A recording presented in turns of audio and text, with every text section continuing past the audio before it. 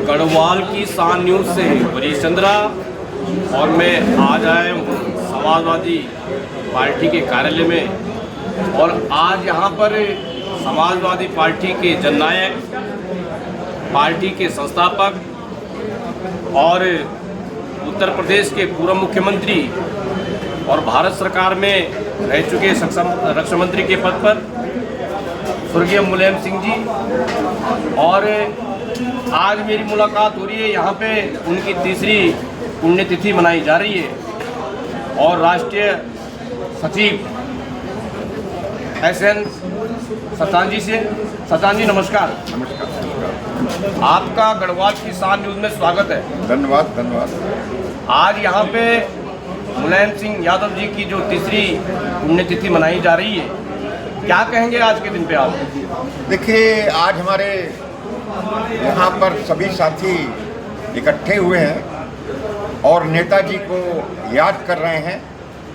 उनके द्वारा किए गए कार्य जो मुख्यमंत्री के रूप में किए, 3 बार मुख्यमंत्री रहे और रक्षा मंत्री के रूप में किए, उन सबको याद किया गया। और किसानों के लिए वहाँ जो काम किए उन्होंने, जो अन्य व्यापारियों के लिए, उन सब की आज याद किया गया कि एक ऐसी शख्सियत हमारे बीच से चली गई जो लोहिया के अनुयायी और सामाजिक न्याय के प्रोधा थे। आज ये भी कहा गया कि उत्तराखंड राज्य का गठन में जो जनमत संग्रह कराया था वो माननीय नेताजी ने कराया था।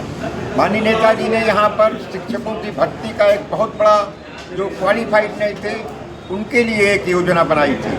और इसके साथ ही साथ यहाँ पर जो पानी की समस्या पहाड़ में बहुत थी, पानी के लिए विशेष अनुदान कि हर क्षेत्र में पानी पहुँचे, उसके लिए पूरे पहाड़ में योजना बनाई गई। इसके साथ ही साथ नेताजी ने ये भी किया था कि बेरोजगारी पर्वतीय जनपदों में कैसे दूर हो, उसके लिए लघु उद्योग धंधों का उन्होंने योजना बनाई। और नेताजी ने मुख्यमंत्री रहते हुए उन्होंने जो पर्यटन है उसको उद्योग का दर्जा दिया गया था, कि नेताजी ने किया था। इतना ही नहीं, और जो पिथौरागढ़ में आज भी नेताजी का शिलापट्ट लगा है, जो वहाँ पर हवाई पट्टी है, हवाई पट्टी का नेताजी ने उद्घाटन किया था। नेताजी का लक्ष्य है कि ये पर्वतीय क्षेत्र जो हिमालय के उसमें है, उत्तराखंड का, उत्तर प्रदेश का ये भाग है, इसका विकास होना चाहिए। इसके पहले यहाँ के 3 लोग कई बार मुख्यमंत्री रहे। गोविंद वल्लभ पंत रहे, तिवारी जी रहे, नरेंद्र तिवारी, यहाँ पर बहुगुणा जी रहे, कभी विकास नहीं हुआ। जब नेताजी यहाँ पर पहली बार मुख्यमंत्री बने थे, उसके बाद दूसरी बार मुख्यमंत्री बने, तब उन्होंने विकास की एक जो यहाँ पर धारा बहाई, वो आज भी लोग याद करते हैं। रक्षा मंत्री के रूप में उन्होंने जो काम किया, वो पूरे देश में जो हमारे जहाँ पर सैनिक शहीद होते थे, उनका पार्थिव शरीर उनके घर भेजने का निर्णय और उसके बाद राज्य की सम्मान के साथ अंत्येष्टि का ये माननीय नेताजी का निर्णय था। इतना ही नहीं, वहाँ पर पेंशन और कई और कल्याणकारी योजनाओं जो भूतपूर्व सैनिकों के लिए और सैनिकों के लिए की, वो एक आज सब लोगों ने याद किया। और नेताजी की कमी हमारे समाजवादी परिवार को, देश को खलती है।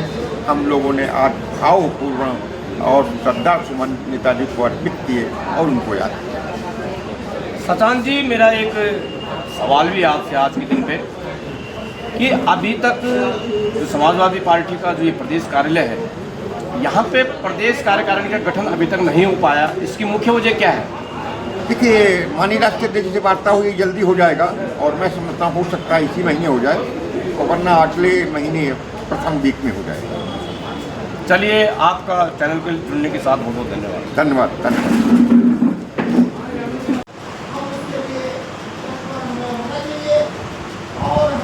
जैसे कि आज यहाँ पे समाजवादी पार्टी के जननायक, संस्थापक और उत्तर प्रदेश के पूर्व मुख्यमंत्री रह चुके हैं मुलायम सिंह जी, आज उनकी पुण्यतिथि मनाई जा रही है।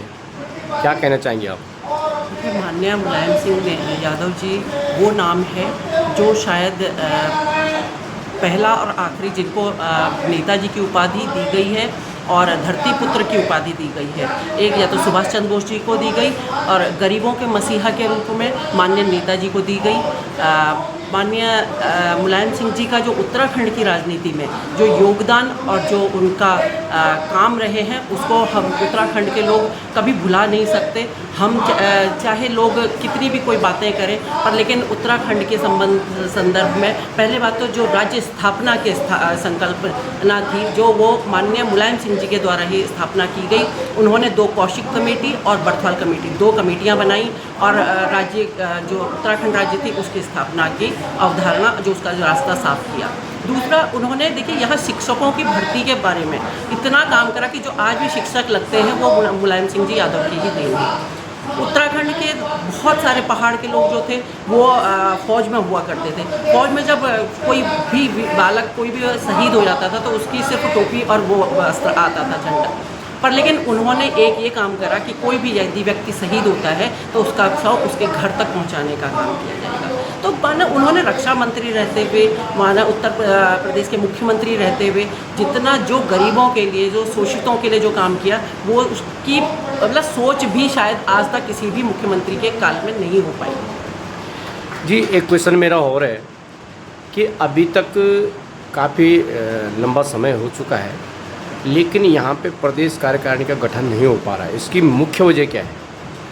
देखिए प्रदेश कार्यकारिणी के गठन के लिए तो अब वैसे तो देखिए जो हमारे राष्ट्रीय अध्यक्ष जी हैं इस टाइम अखिलेश जी वो ही करेंगे पर शायद हो सकता है कुछ यहाँ उत्तराखंड यहाँ के भी जो लोग हैं उनकी भी थोड़ी बहुत ढिलाई इस संबंध में मुझे ऐसा लगता है कि शायद है कि भाई वहाँ जा कर के कोई इस तरह की डिमांड नहीं की जा रही है।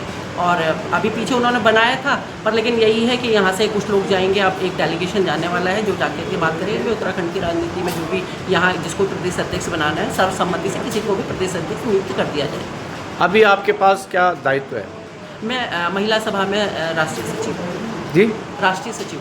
जी चलिए, आपका गढ़वाल किसान न्यूज़ में जुड़ने के लिए बहुत बहुत धन्यवाद। धन्यवाद, थैंक यू।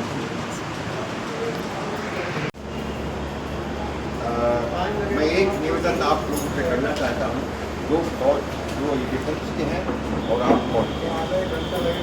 नेताजी के द्वारा जो भी काम किए गए हैं क्योंकि हम एक अगला हमारा लक्ष्य अभी तो मैंने राज्य बनाने पर एक किताब लिखी है जो अवेलेबल है बहुत लोगों को और रक्षा के क्षेत्र में जो भी काम किए गए हैं तो वो एक आर्टिकल के रूप में अगर आप उपलब्ध कराते हैं तो फिर उसे संपादित करेंगे और उसको नेताजी का जब अगला जन्म 22 नवंबर को होगा उसको हम वो संकलित करके उसे छपवा करके सब लोगों को बताएंगे। ये एक मेरा लक्ष्य और है।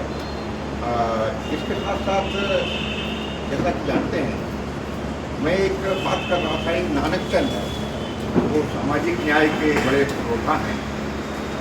उन्होंने एक बात हमको बताई कि नेताजी जब मुख्यमंत्री थे तो यहाँ पर हमको सेंटर स्कूलिंग के मसूरी में जगह नहीं मिल रही, तो LBS अकेडमी में जुड़े हुए थे।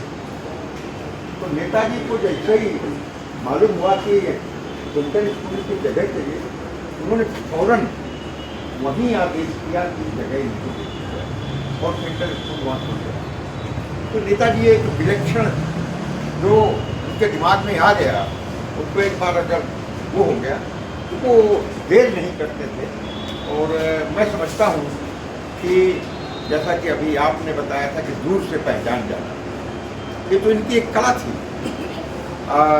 नेताजी जब यहाँ आते थे तो हम पटवाल जी हम सब लोग जब मिलते थे तो वो कहते थे जब हम फुर्सत में होते थे कि अच्छा हमसे पूछो कि जिला मुख्यालय से इस तहसील की कितनी दूरी है, तो हम लोग पूछते थे बता देते थे। मतलब जिस व्यक्ति को उत्तराखंड के लिए पिथौरागढ़ में हवाई अड्डा वहाँ का उद्घाटन नेताजी ने किया। जैसा कि अभी बताया ये हमारा स्पोर्ट्स कॉलेज नेताजी की देन है, सोंग नदी का पुल नेताजी की देन है। यहाँ केवल एक नहीं उत्तराखंड के लिए और जो सब टीचर्स की भर्ती के बारे में आपने जो बताया वो नेताजी के आज भी जो फौजी हैं उनके परिवारों से अगर आप मिलें तो नेताजी ने तो सबसे बड़ा काम किया था कि उनका पार्थिव शरीर उनके घर जाएगा, और घर जाएगा ही नहीं, राजकीय सम्मान के साथ अंत्येष्टि। ये नेताजी ही ऐसा निर्णय ले सकते हैं। उसके बाद क्या होता था, फौजी बेचारे उनकी टोपी और कैप और बेल्ट आती थी। यहाँ लोगों से जब पूछिए अगर तो फौजी रिटायर हुए हैं तो हाँ, तो ये मतलब ये तो बहुत बड़ा वो था। और मैं समझता हूँ कि नेताजी का बहुत बड़ा योगदान उत्तराखंड ही नहीं, उस देश के उसमें रक्षा के मंत्री में सियाचिन, नेताजी सियाचिन गए थे, धोती पहने थे और मोजे पहने थे, और जब उन्होंने देखा कि गोलाबारी हो रही है तो उन्होंने कहा कि आवाज़ कहाँ से आ रही है। नेताजी ने कहा कि जब वहाँ जो उनके ऑफिसर थे बताया कि साहब उधर की तरफ से आ रही है। उन्होंने कहा कि आप जवाब क्यों नहीं दे रहे हैं? तो कहा हमारे पास वो नहीं है जिससे हम जवाब दें। एयरलिफ्ट करके उन्होंने इमीडिएटली कहा कि एयरलिफ्ट किए जाए और एयरलिफ्ट के उनको जवाब दिया जाए। तो नेताजी ही एक ऐसा कर सकते हैं। और वहाँ फौजियों के लिए जितना काम के रूप में किया तो शायद ही किसी ने किया हो। मैं सभी लोगों का धन्यवाद देता हूँ। आपका अनिल जी, आप कुछ कहें वो सब, क्योंकि आप तो बहुत पुराने हमारे